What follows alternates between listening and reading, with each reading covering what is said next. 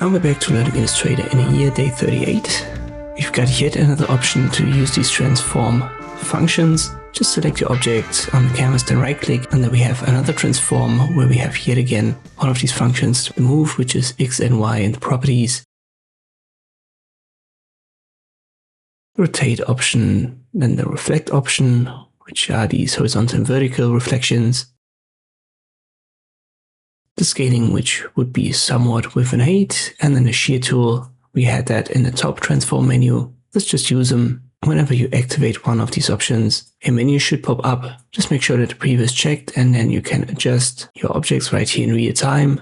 I just use the arrow keys here up and down, and you can see I can move that, rotate it.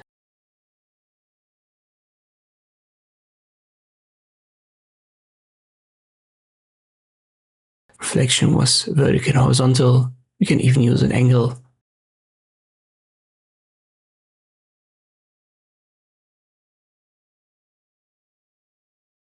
The scaling.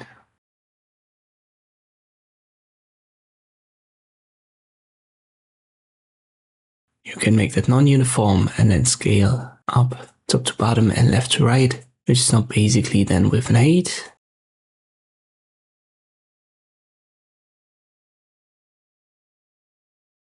Here yet again you have scale corners options and scale stroke and effects like we did in the top transform menu in an earlier video.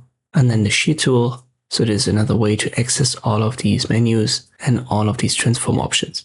It happens a lot in Illustrator. You will encounter basically countless of functions that you can access in different ways. Over time you're going to find the way that's easiest to you or becomes most organic. I hope this video was helpful. Thank you for watching, and I'll see you next time.